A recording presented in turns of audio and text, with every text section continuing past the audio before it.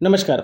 आज हम हड्डी का नासूर अर्थात फिस्टुला ऑफ बोन की दो सबसे मुख्य होम्योपैथिक दवा की चर्चा करेंगे। फिस्टुला ऑफ बोन मतलब हड्डी में नासूर बन जाता है, हड्डी में घाव बन जाते हैं, हड्डी सड़ते हैं और उसी की मुख्य दो होम्योपैथिक दवा की आज हम बात करेंगे। सबसे पहली दवा है साइलिसिया 200 पोटेंसी में।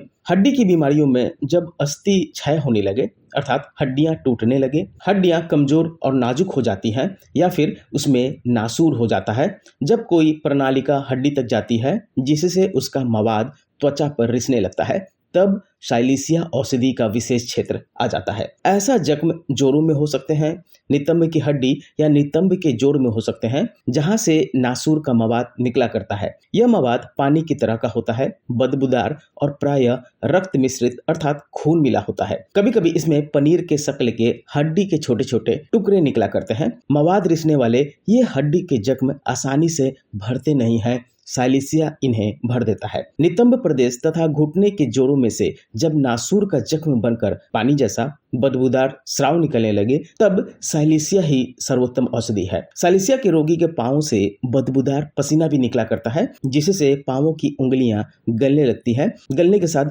दर्द भी हुआ करता है। कभी कभी बगल से भी बदबूदार पसीना निकलता है। साइलिसिया को गर्मी से आराम मिलता है। इसकी प्रकृति चिली होती है अर्थात शीत प्रकृति की यह दवा है। यह औषधि भगंदर अर्थात फिस्टुला एनल में भी सर्वोत्तम मानी गई है और खासकर हड्डी का नासूर फिस्टुला ऑफ बोन में भी बहुत अच्छा काम करता है। दूसरी दवा देखें तो फ्लोरिक एसिड 30 पावर में और कैलकेरिया फ्लोर 6x में।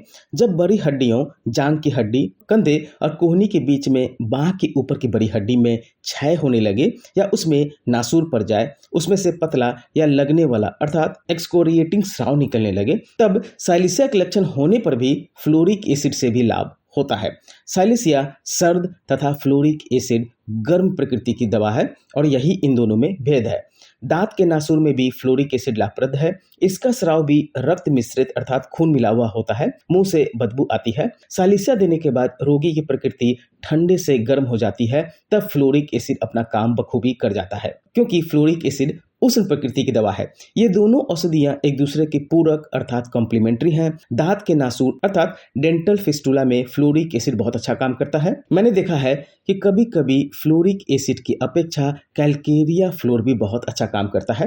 वैसे साइलिसिया और कैलकेरिया फ्लोर को प्रायः एक दूसरे के बाद देने की आवश्यकता पड़ जाती है। हड्डी के रोग में जब साइलिसिया काम करना बंद कर दे, तब फ्लोरिक एसिड 30 या कैलकेरिया फ्लोर 6x देने से बिल्कुल आराम मिल जाता है। साइलिसिया की तरह कैलकेरिया फ्लोर की प्रकृति भी शीत प्रधान अर्थात चिली है। यहाँ मैंने 3 मुख्य होम्योपैथिक दवा की चर्चा कर दी है। फिस्टुला ऑफ बोन के लिए साइलिसिया कब देना है, साइलिसिया के बाद फ्लोरिक एसिड कब देना है और कैलकेरिया फ्लोर कब देना है, इसके बारे में विस्तार से मैंने चर्चा कर दी है। आशा करता हूँ आपको यह वीडियो मेरी पसंद आई होगी। वीडियो पसंद आए तो प्लीज चैनल को सब्सक्राइब करें और वीडियो को लाइक करना ना भूलें। धन्यवाद।